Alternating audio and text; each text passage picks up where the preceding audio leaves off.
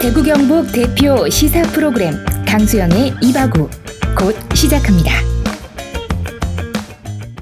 여론조사 얘기가 났기 때문에 이제 몇 가지만 소개를 해드리면은 일단 리얼미터가 에너지경제신문 의뢰로요. 지난 9일부터 11일까지 전국 만 18세 이상 남녀 1,506명을 상대로 실시한 조사 보니까 이재명 전 대표와 김문수 전 장관이 매치업을 하면은 53.3 대 25.3 양자 간 29% 차이가 있고요. 그다음에 이재명과 한덕수를 붙였습니다. 이 여론조사에서 그렇게 붙였더니 54.2 대 27.6 그래서 조금 줍니다. 격차가 김문수보다도. 그래서 이재명 대 한동훈 붙여봤더니 54 대 18.3. 아우 한동훈 웃잖아. 이거 뭐 안 되네 내 보니까. 한동훈이 매우 부진합니다. 35.7% 앞선다 이재명이. 그리고 이재명 대 홍준표는 54.4 대 홍준표 22.5, 31.9%. 그러니까 말씀하신 대로 어쨌든 현재로서는 모든 여권 주자 중에 그나마 한덕수가 격차가 제일 적다. 그거는 이제 아직 출마 선언도 안 했을 때 그렇고 아니 아시잖아요. 나도 뭐 대선 전략기획은 해보고 있지만 이게 내가 국민의힘 뭐 선거 운동원도 아니고 캠프 있는 사람도 아닌데 제가 늘 느끼는 건 그래요. 예전에 뭐 이명박 대통령 될 때 500만 표 차로 보수가 이기고 그다음에 문재인 대통령 될 때 또 엄청나게 뭐 큰 차로 이겼지만 그때도 문재인 대통령이 50% 못 넘겼거든요. 그러니까 이게 대선이란 게 제가 보면 완전히 끝났다고 생각하는데도 실제로 뚜껑을 열어보면 그렇게 호락호락 끝나진 않는다. 왜냐하면 이게 어떻게 보면 대한민국의 헤게모니를 놓고 이 모든 세력들이 나눠가지고 정치 바닥에 있는 모든 세력들 아까 뭐 조국 혁신당은 후보를 안 내기로 했다 하는데 우리는 원래 그럴 줄 알았어요. 보수 진영 봤을 때 그 더 빨간색인데 조국 혁신당 같으면 민주당보다 더 빨간색인데 당연히 같은 편이지. 뭐 여기 뭐 보니까 기본소득당이라고 붙여놓고 뭐 녹색 정의당 뭐 붙여놓고 했던데 정의당 정도나 조금 다른 당이라고 여기지 나머지 당은 다 아류당이라고 언젠간 다 합칠 당이라고 보는 거고 뭐 자유 예를 들면 통일당이가 있잖아요. 정강훈당. 예, 거기도 보니까 비례가 우리가 개혁신당이 그때 3등 해가지고 100 뭐 몇만 표에서 2석 받았잖아요 비례. 그 당이 4등이 돼요. 받을 뻔했어. 그렇지 68만 표인가. 3% 좀 한 2.6인가 제 득표율 제가 그렇게 기억하는데. 그런데 이제 진보 진영에서 바라보면 좌파들이 바라봤을 때는 자유통일당이나 국민의힘이나 그게 고놈이다 이래 보잖아요. 자기들은 엄연히 다른 당인데 본인들이 여러 좌파에서 봤을 때는 당연히 그 뭐 초록이 동색이고 그 뭐 같은 당 큰 집 작은 집 아이가 하듯이 우리도 마찬가지로 보는데 똑같이 그래 봤을 때는 모든 세력이 총 결집해 가지고 싸움을 하는데 이 탄핵까지 당하고 이 계엄까지 했기 때문에 여기는 원래 쫄딱 망해야 돼. 원래 그게 맞아요. 교과서적으로는. 근데 이 진보에서 후보라고 내놓은 사람이 내가 봤을 때 역사의 이래로 가장 걸작이 나왔기 때문에 내가 봤을 때 연산군 이후로 가장 걸작이 나와 있기 때문에 왜 그렇게 나쁘게 보는 거예요? 보수 진영은 그래 봐요. 연산군 광해군하고 어떻게 비교를 해. 연산군 이후로 가장 그 경쟁할 수 있는 사람이 드디어 나왔다고 보기 때문에 우리 입장에서는 도저히 이재명이 안 된다. 진짜로. 그게 이제 뭐 여러 가지 이제 누적된 거긴 한데 이제 3번의 대선 도전을 했고 이재명 대표가 뭐 이 얘기하면 너무 길어지는데 어쨌든 다양한 시각이 있지만 국민의힘 쪽의 선거 전략이 여전히 이재명은 나쁜 놈이니까 안 돼밖에 없다라는 것이 참 그렇다지 뭐 국민의 보고 윤석열 당이라 그러고 토착외구 당이라고 그거밖에 돼 있어요. 아니 근데 똑같이 뭐 민주당 뭐 있는데. 아니 근데 이재명의 정책에 대해서 기대하는 사람이 많아요. 아니, 정책은 뭐 그쪽에서 기대하는 거지. 우리는 아니 늘 그러지만 정책은요.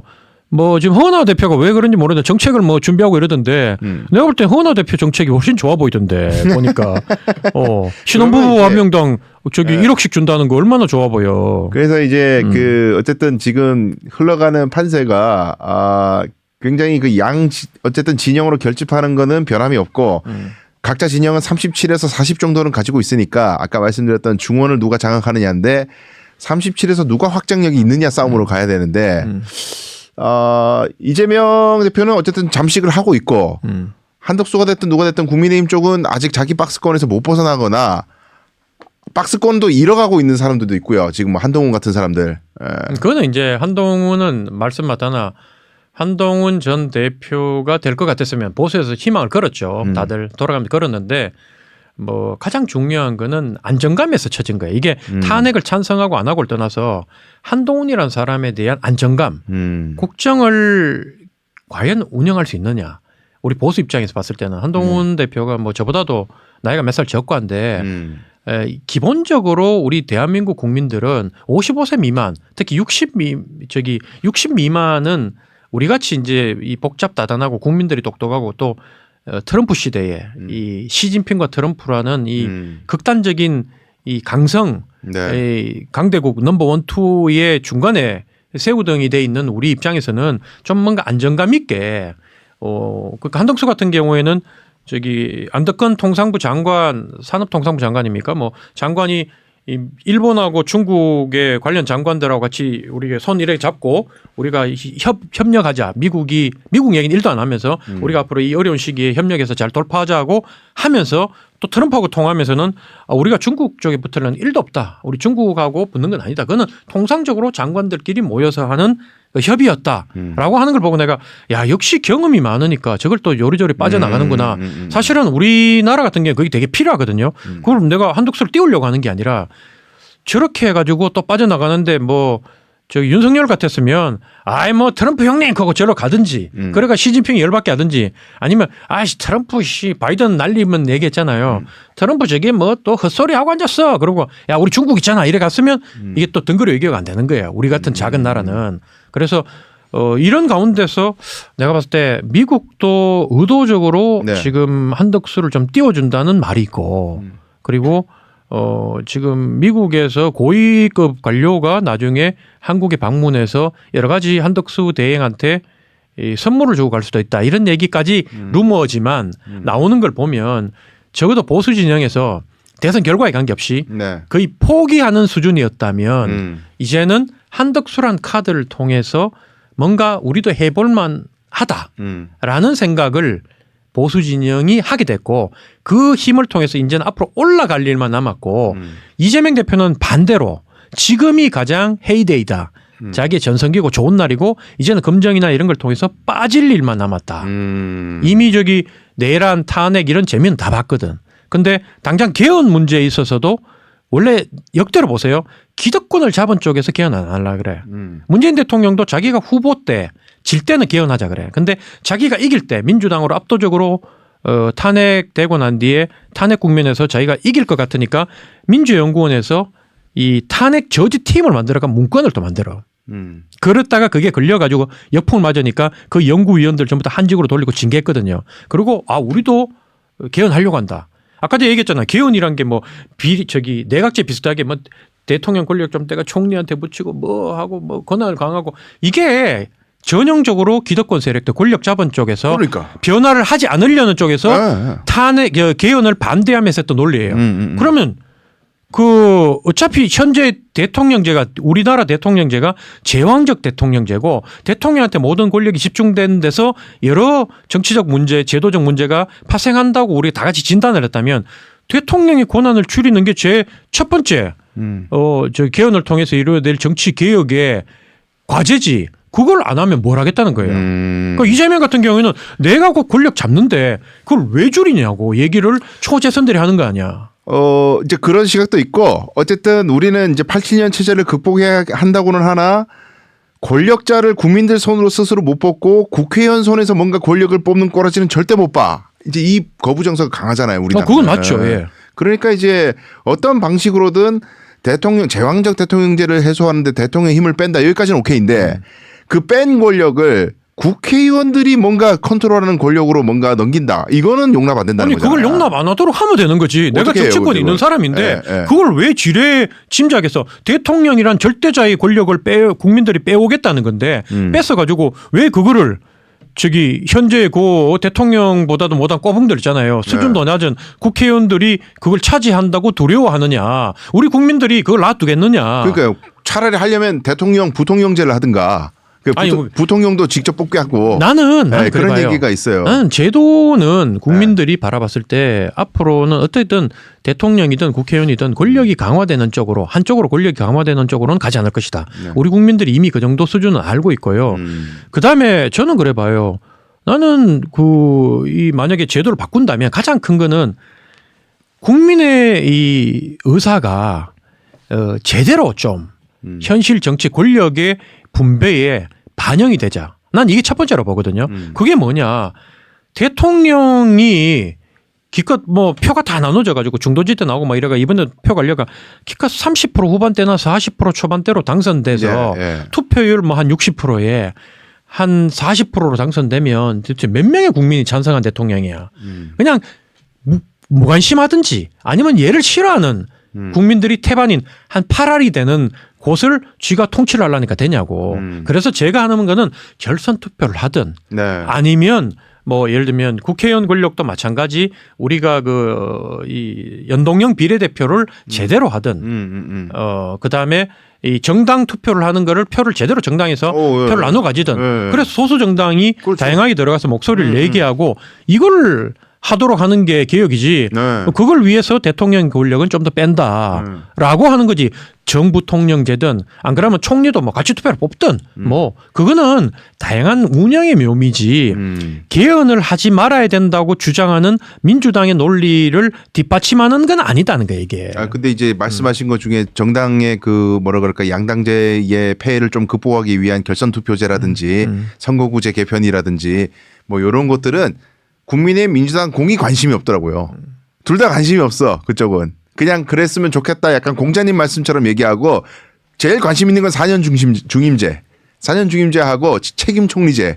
요게 관심이 제일 많더라고요. 자, 그러면 변호사님 같이 좀 이렇게 뭔가 알고 저도 그렇고 깨인 사람들이 방송에 나와도 그렇고 전부 다 이런 내용들을 얘기하면서 지금 당장 이번에 또 물 건너갈 것 같은데 그러면 다음에라도 4년 뒤에 5년 뒤에라도 이걸 바꿀 수 있도록 뭔가 젊은 사람들이라도 시도를 해야 되는데 내가 20년 전 21년 전 국회에 들어왔을 때나 지금이나 똑같은 게 뭐냐면 다들 전부 다 이렇게 뭔가 아는 사람들도 당장 눈앞에 있는 저기 내란 종식 우리는 범죄자 척결 뭐 이런 걸로 전부 다 집중해 가지고 큰 걸 못 보고 양쪽에 스피커가 돼 가지고 싸움하면서 국민들을 선동하고 우리 편에 부족한 면은 최대한 가리고 말 안 하고 실드 치고 역겨울 정도로 그리고 나중에 상대편은 지배할 정도로 좀 예를 들면 봐줄 수 있는 거 통상적에서 조금 그러니까 실수할 수 있는 것도 넘어갈 수 있는 것도 더 확대 재생산해가 공격하고 이런 부분들을 우리가 반성하면서 나아가야지 나라가 조금 바뀌는 거지 좋아지는 거지 내가 이런 얘기하면 저만 꼭 저렇게 이상적인 얘기하니까 공천 7번 떨어지지 뭐 이런 얘기하거든. 근데 내가 안타까운 건 그래요. 내가 공천 떨어지고 뭐 국회는 한 번도 못 한다 하더라도 정치가 나라는 되게 발전한 거거든요. 근데 정치는 그때나 지금이나 도리어 우리가 늘 정치권에 있는 사람들이 이번이 최악의 국회다. 이번이 최악의 국회다라고 얘기하는 거는 그때보다는 분명히 많이 좋아졌어요. 돈도 안 받고 말도 막말도 덜하고 얼마나 뭐 열심히 일하는데 요새. 그런데 문제는 뭐냐면 그때 민도와 정치의 수준, 여의도 국회의 수준과 지금 민도와 여의도 국회 수준 더 크게 벌어졌다. 그 똑같은 거야. 우리 아버지 세대보다 내가 훨씬 잘 살지만 우리 할아버지도 훨씬 잘 살지만 내가 이 강남이나 내 주변에 만나는 사람들 내 뉴욕대 동문들이나 뭐 강남에서 출퇴근하는 저기 국회의원 50%가 살고 있는 강남 이런 국회의원들 여의도 가서 차 타는 거 옷 입는 거 시계 끼는 거 보면 격차는 더 벌어지거든. 상대적 허탈감. 희망이 없어 보이고. 똑같은 거야. 내 권력은 더 적어지는 거고. 그거하고 똑같은 거야. 그러니까 국민들이 정치를 보면서 더더욱 더 실망하고 이 포기해버리고 관심을 안 가지고 막 이렇게 하는 게 이게 이제 격차가 더 벌어진 거지. 이게 엔겔 지수가 정치 엔겔 지수가 과거보다 더 커졌다는 거예요. 그래서 저는 하여튼 그럼에도 불구하고 저는 개인적으로 국민의힘이 이번 기회에 역사의 뒤안길로 사라져야 된다. 그래서 보수의 가치가 없어지는 게 아니고요. 보수 정당 필요합니다. 분명히 있어야 되는데 국민의힘은 보수 정당이라고 할 자격이 없기 때문에 이렇게 내란 행위를 옹호하고 기회주의적으로 기합 집산해서 구구 코인 타서 구구 세력이라도 붙잡고 살아남으려고 발부둥 치는 이 구태는 이제 윤석열과 함께 이제 역사의 뒤안길로 사라져야 되고. 찬성. 예, 그래서 완전히 씨를 말려야 돼. 이 기회에. 그 다음에 뭐 개헌이든 협치든 그 보수의 가치를 표방하는 다른 정치 세력이 닿아야 된다는 거예요. 민주당하고 그 보수 세력하고 저기 국민의힘은 이제 없어 제발 그 기회주의적인 그 그냥 어디 힘 있는 사람 있나 나한테 공천 줄 사람 누가 있나 나한테 기득권 챙겨줄 사람 누가 있나 보수 밑에 총집합하는 조폭 정치 말고 걔네들은 이제 완전히 그냥 쓸려 나가고 나경원 이런 사람 얼마나 얄미워요. 싹 사라진 다음에 새 세력이 재건되는 세상이 앞으로 펼쳐지는 것이 이제 정치 개편 아닌가 저는 그렇게 생각합니다. 방금 내가 내려오면서 사극일을 하나 보고 왔는데 과거에도요. 남인 북인 노론 소론 뭐 싸우면 지들끼리 갈라져 가지고 네. 계속 뭔가 견제하는 세력이 있었거든요.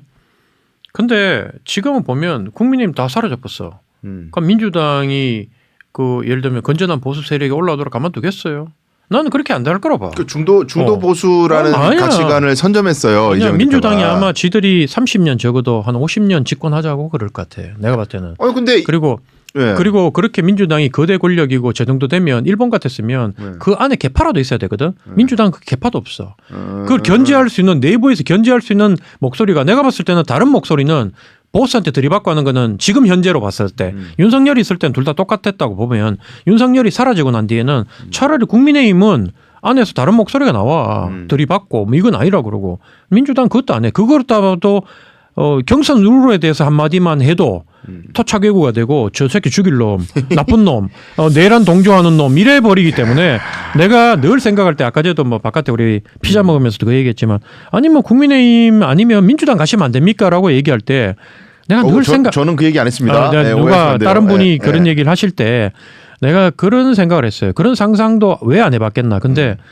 국민의힘의 극렬 지지층한테 당하는 건 내가 당해봤잖아. 그건 견딜만 했어. 민주당은 엄두가 안 나다. 상상만으로도.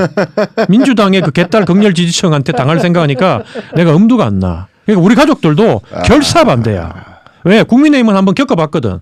그거 어떤지. 그러니까 그 정도는 우리 가족들도 할 수 있을 것 같아. 근데 민주당 저거는 TV에서나 들리는 말에만 경험을 해보니까 공포를 갖고 있어요. 그래서 가족의 반대로 못 가는 거야 이게. 근데 뭐 어쨌든 이제 저와는 많은 이제 정치적 견해가 완전히 다른 분을 모시고 제가 방송하기 때문에 다양한 형식으로 어떻게든 이제 좀 생산적인 이야기를 할까 고민을 많이 하고 있는데 어쨌든 이제 향후에 이 대선 혹은 대선 이후의 전국이 어떻게 펼쳐질까에 대한 다양한 의견이 있을 수 있습니다. 근데 이제 공히 뭐 이재명이 대통령이 될 가능성이 높아라고 얘기하는 사람들 중에도 쉽지는 않다. 그러니까 그냥 무혈입성은 아닐 것이다. 이번에도 아슬아슬하게 뭐 53대 47 뭐 이 정도만 해도 격차 많이 벌어진 거고 52대 48 이런 식으로 아마 치열한 진영 싸움이 될 거라 이렇게 전망하는 사람들이 진보 내에서도 꽤 많아요. 지금 그 대선 결과에 대해서 가장 불안한 사람이 누군지 알아요? 진보 진영에서? 누가 불안합니까? 누구겠어요? 누굽니까? 모르겠어요? 모르겠는데요. 이재명이에요. 본인. 오? 본인이에요. 전혀 안 불안해 아니요. 보이는데. 본인이에요. 그거는 허은하 대표 같은 경우에 이 정치 컨설팅을 전문가로 대한민국 최고의 전문가로 이미지 컨설팅 많이 해보셨잖아요. 진보 쪽도 그때 오파가 들어왔고 보수도 오파가 들어오고 그랬는데 네. 도리어 그런 말씀 하시더라고. 진보는 도리어 돈을 화끈하게 준다고 딱 해가지고 딱 이렇게 그래요? 페이를 딱 놓고 하고 이 국민의힘은 지들이 전부 다 이 부동산 부자고 토착외구로 아버지 때부터 할배 때부터 다 물려받았던 사람들인데도 돈에 되게 궁세가 돼. 그리고 열정페이를 많이 요구하고 우리 이기면 뭐 해줄게 뭐 이런 게 많대. 그래 이번 명태균 여론조사 막 공짜로 하는 거 봐. 새끼들 말이야. 거기에 비하면 좌파는 딱 계약금 딱 걸고 절반 걸고 이기면 얼마 성공. 화끈하다는 거야. 근데 제가 그거를 이제 진보 진영을 보면 그게 아니라 허은하 대표가 한번 얘기한 적이 있는데 허은하 대표 그러더라고. 옆에 참모들은 이긴다. 아니면 당에 있는 당원들이나 이런 사람들은 압도적으로 이길 때 예를 들면 이명박 대통령은 그때 누가 봐도 압도적으로 이기는데도 가장 불안해하면서 경선 룰을 짤 때도 뭐 이명박은 물론 박근혜하고 당내 강력한 예선이 본선보다 더 어려웠지만 그 룰 하나를 놓고 이기기 위해서 그 당시에 얼마나 치열하게 딴 상대당보다 네. 더 원수가 되면 싸운지 모릅니다. 그러니까 이 실제로 이 같은 당끼리라도 막 경선 룰 하나 결국 이명박의 그 박근혜에 대한 승리는 경선 룰의 승리였거든 당시. 그렇게 할 필요가 없었어 박근혜가.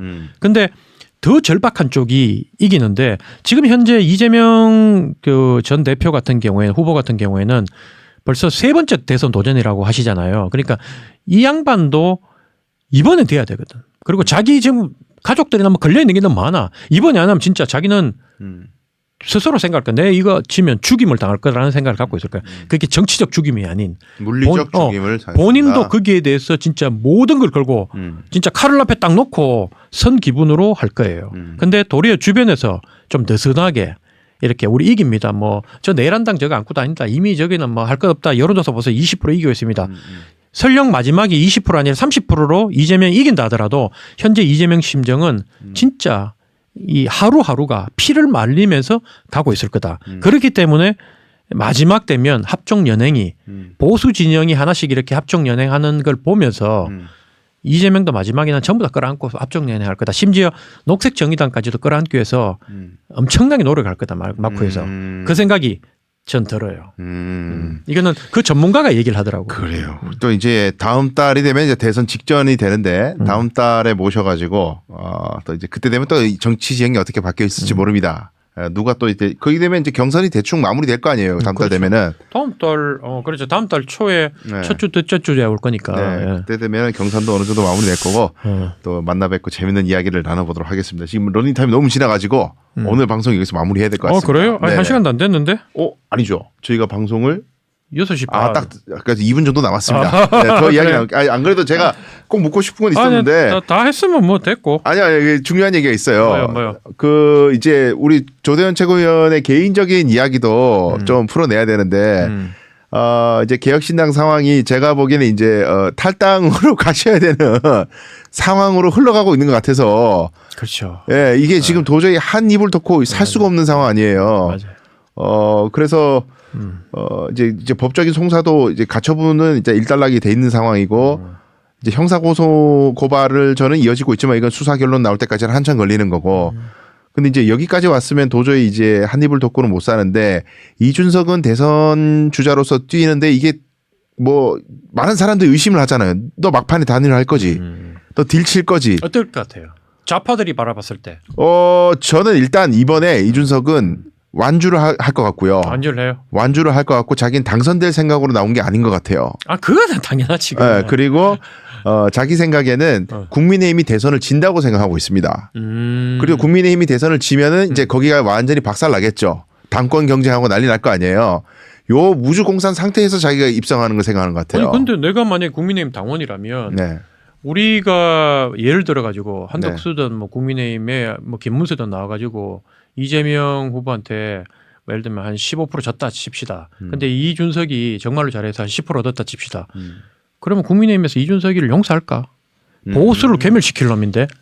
같이 힘을 합쳐가지고 처음부터 잘했으면 뭐 됐을 건데 내 같으면 죽으면 죽었지 그 놈하고는 같이 안 가지. 정의당 같은 이제 욕을 먹는다는 그렇지. 거죠. 그거는 이준석이가 보수 괴멸 이재명한테 정권을 상납한 원흉이라고 바라보는 거지. 그걸 이준석이를 갖다 그때 용서를 하겠냐고. 그게 이제 물론 그 정치 세력을 이제 구태로 아마 정의하면서 구세력이고 나는 신보수다 이래가지고. 개혁 신부 뭐 개혁 보수 다 모여 뭐 이런 식으로 해서 저는 이제 당 질서를 아예 재편하리라고 봐요. 그걸 어떻게 해요? 내가 대구 경북이 보수 진영의 그 소위 말해서 큰 집이 되려면 네. 결국 TK 마음을 얻어야 그렇죠. 되는데 TK는 내 지역구만 봐도 전부 다 이 젊은 사람들은 정치에 별로 관심이 없고 특히 TK 사람들은 네. 수도권보다 TK 젊은이들이 정치에 더 관심이 없고 없죠. 예, 여기는 주로 50 넘어가는 내 또래부터 시작해서 우리 형님 누님 아버지 삼촌들이 다 정치를 좌지우지하는데 이분들이 이준석이를 이분들이 이번 대선 지고 난데 다 뭐 아이고 내가 이제 이재명 됐으니까 내가 그냥 내 스스로 무덤에 들어가자 그러고 다 들어갈 것도 아니고 이분들이 앞으로 10년 20년 30년 더 이런 분위기를 이끌어가는데 준석이가 무슨 재주로 내가 보수를 재편하겠습니다 하고 대구 오는 순간 대구 사람들이 그 용서를 하겠어요 그걸. 걔가 착각하는 거야. 아니 이제 그러니까 저는 그 가능성 여부를 떠나서 향배는 그렇게 잡고 있을 것이다. 이준석의 정치적 향배는. 근데 이준석을 너무 제가 봤을 때는 좋게 보신 것 같고 이준석은 왜냐하면 명태균 건도 걸려있기 때문에 뭐 할 것 같아요 도대체. 대선 가장 좋은 거는 자기가 몸값을 높여서 자기가 가장 하고 싶은 거는 자기가 보수 진영까지 전부 다 이렇게 이제 국민의힘 후보가 올라오잖아요. 그럼 단일화하자 해가지고 자기가 여론조사 중도층한테 소구력이 돼 있고 왜냐하면 아무래도 홍준표나 김문수보다는 중도층에 소구력이 있을 거니까 그렇겠죠. 그렇게 해서 이준석이가 저기 국민의힘 후보를 먹고 자기가 보수 단일 후보로 가고 싶어 했을 것 같은데 그건 매우 힘든 길이지만 1%라도 정치인은 안 되는 꿈을 꾸잖아요. 그런 꿈을 꾸고 안 되면 이제 국민의힘으로 들어가서 국민의힘 손을 들어주고 이기든 지든 그렇게 해서 내년에 서울시장을 나온다. 오세훈하고 돕고 해서 하려고 했는데 오세훈도 보니까 지금 내년에 서울시장 한 번 더 나올 분위기고 4번 했지만 연달아는 안 했잖아요. 그러니까 이분도 대권을 포기하지 못하고 지금 그만두기에는 얼굴이 너무 깨끗하고 젊어요. 그러니까 사실은 연세가 되게 많은 할배거든.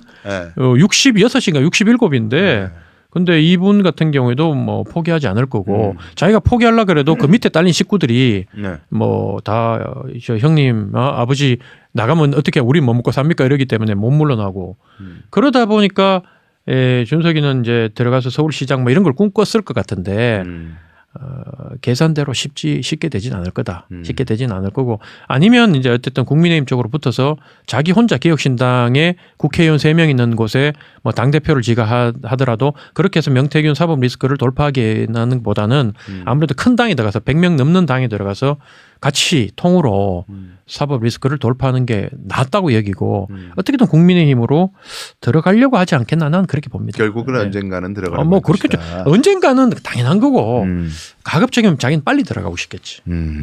원래 강한 부정이 긍정인 거예요. 특히 거짓말 잘하는 애들은 아니 사실만 얘기하는 사람들은 그 말을 좀 믿어야 되는데 내가 좀 이렇게 겪어봤잖아요. 강한 거짓말, 이렇게 강하게 뭔가 하잖아. 그러면 거기에 이제 반대로 뒤집어 생각하면 딱 맞아 그게. 그래서 하여튼 이번에 이준석이라는 정치인이 원래 처음에 국회의원 됐을 때는 사람들이 야 저러다 대통령 되겠는데 막 이랬다고요. 근데 이제 허은하 대표와의 이 갈등 때문에 정말 큰 이미지 타격을 입었어 정말. 쟤는 키보드 배틀은 잘하지만은 어디 가서 욕지거리는 잘하지만은 지도자로서 세력을 아우르는 능력은 매우 떨어진다. 다 나간다. 그렇잖아요. 양양자 전 의원 나가셨죠. 뭐 다 나가 지금 이제 개혁신당에 뭐 김용남 의원 전 의원 밖에 나가 있잖아요 지금. 아무도 없어 지금.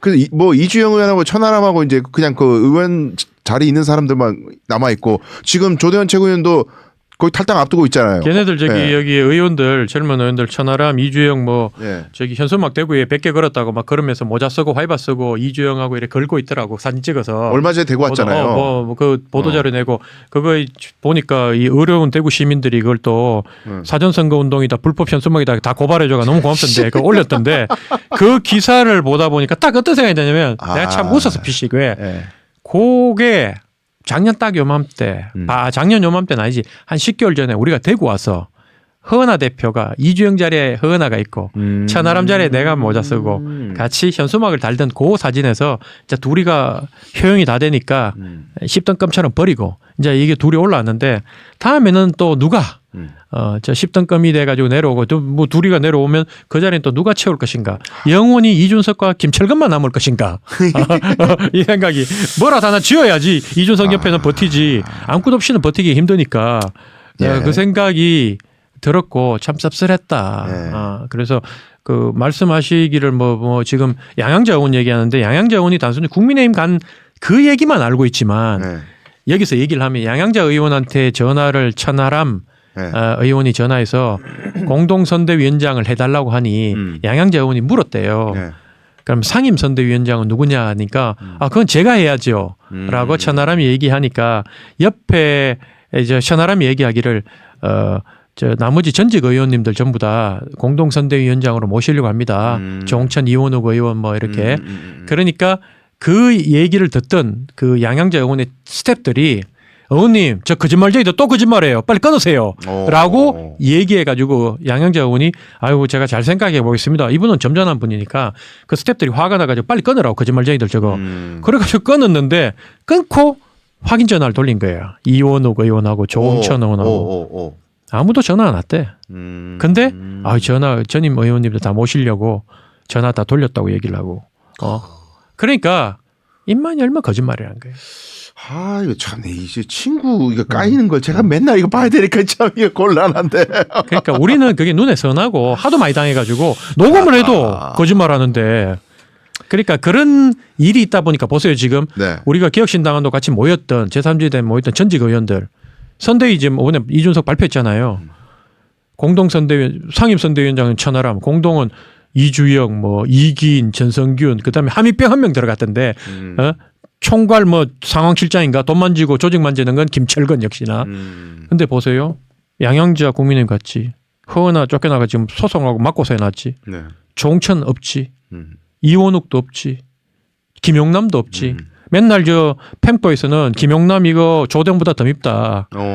저거 간 본다. 저 나쁜 놈 하고 공격하고 용남이 형 뭐 이렇게 부르던 놈들이 다 죄송합니다 방송에 그러던 게 이제는 용남아 그러고 물론 뭐 글로서 조롱하는 거지만 그러니까 참 저 당은 참 그 기본적인 예의 범절이 안 갖춘 당이다. 그러니까 누가 같이 가고 싶어 하겠어요. 그게 단순히 극렬 지지층이 그랬다기에 보기에는 그 조직을 이끄는 사람의 캐릭터 그러니 다들 그렇게 그런 사람들만 끼리끼리 모인다.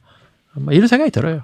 그 앞으로 어떻게 하실 거예요? 일단은 뭐 예. 아니 뭐 솔직히 얘기하면 오늘 저기 탈당 시기 조율하고 있고. 아 그래요? 예, 탈당은 뭐 시간 문제 우리가 다 모였는데 딱 한 분만 예. 그래도 당에 있으면 이준석이 이번 대선을 통해 성공 못할 거니 예. 우리가 이준석이가 대선 지고 난 뒤에 책임론에 들어가면 우리가 다시 출마를 해서 당 지휘권을 갖고 오는 게 어떠냐라고 얘기하기에 제가 그랬어요. 내가 차마 무당한테 가가지고 우리의 운명을 묻지는 못하고 그렇지 않으니까 내가 AI를 돌려봤는데 AI를 돌려보니까 개혁신당 안에서는 희망이 없다 그러더라. 제일 그러니까 빨리 떠나라고 나와가지고 그게 다 울더라고. AI가 똑똑해. 그래서 어쨌든 우리의 길은 대선에 예. 큰 장이 있었으니 뛰어는 드는데 큰 당으로 가서 대선을 치르느냐 양자원처럼 아니면 우리가 독자적으로 치르느냐 요 선택만 남은 것 같아요. 그러니까 결국 이제 국민의힘으로 입당을 하느냐 아니면 이제 민주당으로 가느냐. 민주당은 안 가실 것 같고. 민주당 가자는 사람도 많아요. 아 있어요. 왜냐하면 수도권에 있는 사람들이 많기 때문에. 근데 만약에 이재명 후보가 아니었다면 아마 우리가 민주당으로 더 가서 왜냐하면 이준석이 국민의힘하고 지금 힘을 합쳐가지고 홍준표나 김문수가 이준석 들어와라 우리하고 당연히 같이 가야지 그러잖아요. 그럼 우리가 만약 민주당 가서 홍준표 김문수부터 까기 시작하면서 이준석이 어떤 놈인지 그러면서 막 까기 시작하면 민주당이 도움이 될 거 아닙니까? 사실은 그런 역할에 대한 제안도 있었고 근데 문제는 이제 이재명의 민주당은 그냥 민주당하고는 우리가 판단이 많이 다르다. 왜 그렇게 미워하는 거야 도대체? 그걸 못 느낀다면 우리가 봤을 때는 우리가 이해가 안 되는 거예요. 그쪽에서 우리가 이해 안 되듯이 우리가 그쪽도 이해가 안 되는 거지. 어쨌든 탈당은 이제 시간 문제고. 시간 문제라고 봐요. 오늘 처음으로 얘기하는데 오늘 뭐 점심도 못 먹고 제가 회의하다 왔는데 예. 기차 타는 마지막 순간까지 예. 탈당은 뭐 거의 결론이 났다고 봐야 되죠. 네. 어쨌든 이준석이라는 정치인이 성장하는 과정인지 몰락하는 과정인지 여하간 제가 계속 얘기해 왔습니다. 조직을 관리하고 블렌딩하는 능력, 각자 다른 색깔을 가지고 있는 선명한 사람들을 조화롭게 모아서 화학적 결합을 이뤄내고 맛과 생미를 만들어내는 그 능력이 없고 오히려 자신의 존재감을 드러내는 방식, 다른 사람을 비판하고 까내리고 편 나누고 그렇게 해서 자기를 부각시키고 유능한 사람, 말 잘하는 사람 요 작동 기제만 원툴로 가지고 있다. 그게 무명일 때는 아주 유용한데 어느 정도 인지도가 올라와서 거기서 더 큰 정치인이 될 때는 완전 다른 패러다임이 필요한데 그 칩이 없다. 저는 냉정하게 이렇게 평가합니다. 저하고 나이가 같기 때문에 뭐 이준석이 이렇게 표현한다고 해서 너무 그 세대가 특히 예. 문제가 많은 세대 아니에요? 왜 그 시대에 뭔가 사회적으로 큰 뭐 사건 사고가 있었나? 왜 전두환 치하에서 얼마나 우리 경제 성장 시기에서 뽀시럽게 잘 컸는데. 내가 특정 세대 뭐 얘기하면 또 나중에 이거 사진 딱 찍혀가지고 공격받을지 모르겠는데 그 또래들이 보니까 내가 지금 질려버렸어. 이준석 천하람 이긴 여기에 질렸다는 얘기잖아요. 그 또래들한테 내가 보니까. 저는 또 다른 세계에 있습니다. 여러분 오해하지 마시고. 예, 85년생 이준석과 동갑입니다. 하람이 86년생인데 나랑 친구 먹었습니다. 자식이 대학 동기라고. 그렇습니다. 일단 다음 달에 오셔가지고 다음 이제 정치 아마도 지위가 바뀌어 있을 것 같아요. 최고위원도 이제 소속이 다른데 가실 가능성이 있을 것 같고 대선도 이제 경선 주자들이 결정이 돼가지고 본격적인 레이스를 달릴 때이기 때문에 또 중요한 타이밍에서 향후 전국을 또 예상해보고 이야기 나눠보도록 하겠습니다. 오늘 귀한 시간 내주셔서 감사합니다. 네, 고맙습니다.